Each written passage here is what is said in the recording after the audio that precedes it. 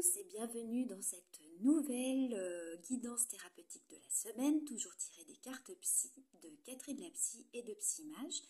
Donc comme d'habitude, vous avez le choix entre le cadre vert, le cadre orange et le cadre blanc. Donc je vous laisse le temps de réfléchir, appuyez sur pause si vous avez besoin d'un petit temps de réflexion. Et je vous retrouve tout de suite groupe 1 pour votre thérapie de la semaine. Bonjour groupe 1, alors vous avez le traumatisme. Alors le traumatisme c'est un mot qui peut faire peur, parce qu'on croit souvent que le traumatisme en fait c'est un événement spectaculaire qui nous a nécessairement en fait fait frôler la mort, mais c'est un peu restrictif comme définition. En psychanalyse, le traumatisme c'est quelque chose qui fait effraction au niveau psychique. En psychotraumatologie, c'est plutôt une réaction, une situation émotionnelle dans laquelle on se sent dépassé, dans laquelle on ressent qu'on a dépassé nos capacités de régulation émotionnelle de notre cerveau.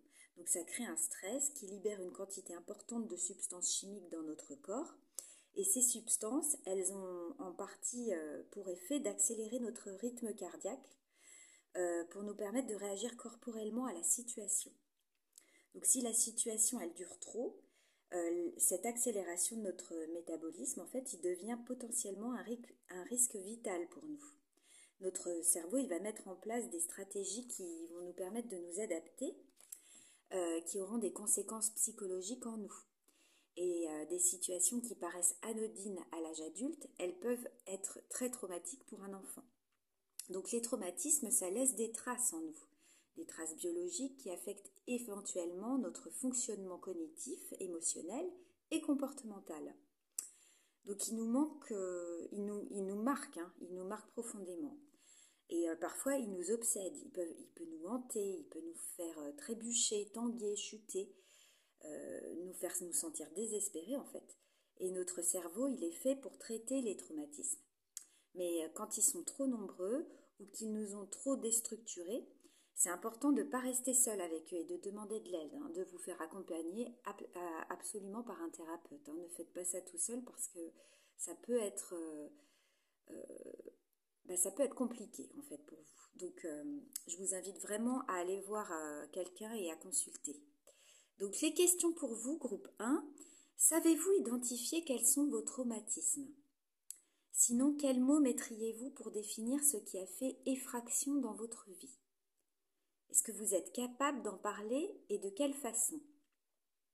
Quels sont les moments de votre vie où vous avez la sensation que vos émotions ont pu dépasser votre capacité de régulation émotionnelle ?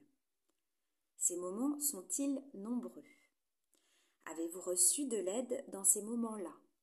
Et dernière question, savez-vous en demander aujourd'hui ? Voilà groupe 1, c'est un sujet qui est assez intéressant. Si vous êtes tombé sur cette carte, c'est peut-être qu'il y a des petites choses à travailler. N'hésitez pas à consulter, n'hésitez pas non plus à revenir vers moi si vous avez des questions ou si vous vous sentez en confiance pour être accompagné par rapport à un traumatisme que vous auriez du mal à digérer. Je vous souhaite une bonne journée et une bonne semaine. Au revoir. Bonjour groupe 2, alors vous, la thérapie, la réflexion de la semaine, c'est la honte. La honte qui est très très bien représentée ici, j'aime beaucoup l'illustration. Donc la honte, c'est une émotion qui est parfois confondue avec la culpabilité, mais c'est pourtant pas la même chose.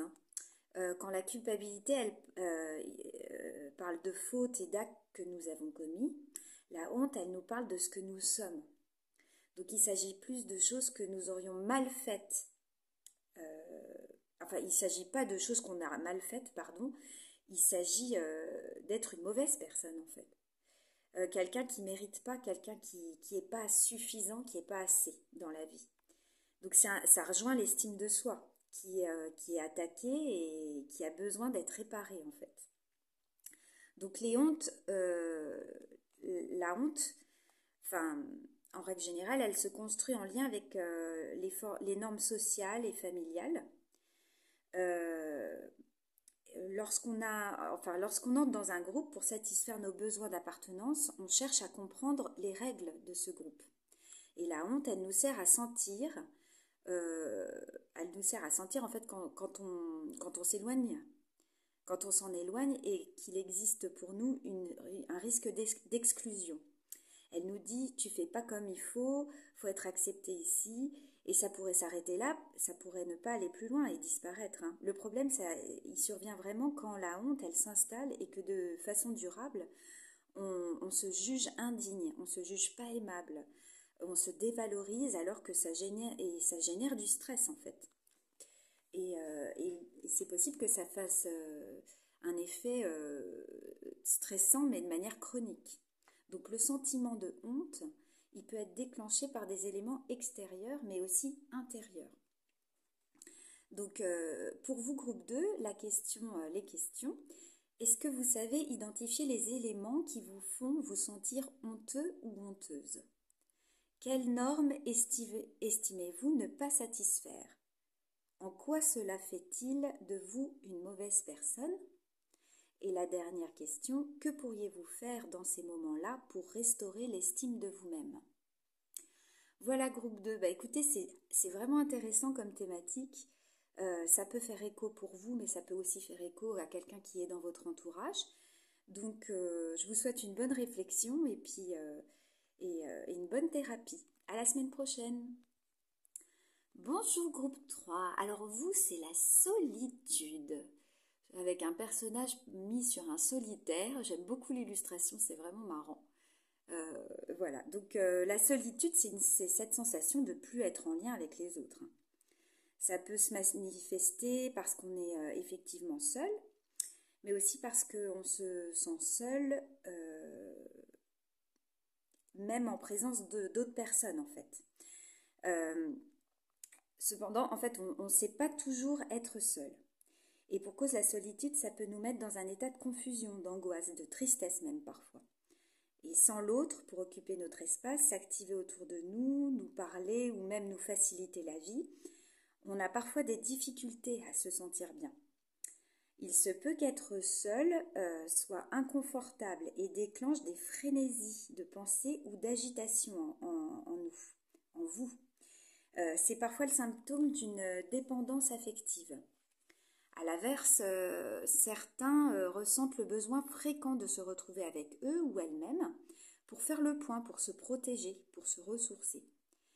Alors, selon nos modes de fonctionnement, la solitude, elle ne résonnera pas du tout de la même façon en nous.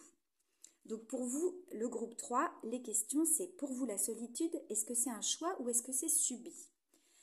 La solitude, est-ce qu'elle est facile? Est-ce que vous la ressentez facile, difficile, agréable ou désagréable? Est-elle possible ou impossible? Quelles sont les émotions, les pensées et les sensations corporelles qui vous habitent lorsque vous êtes seul?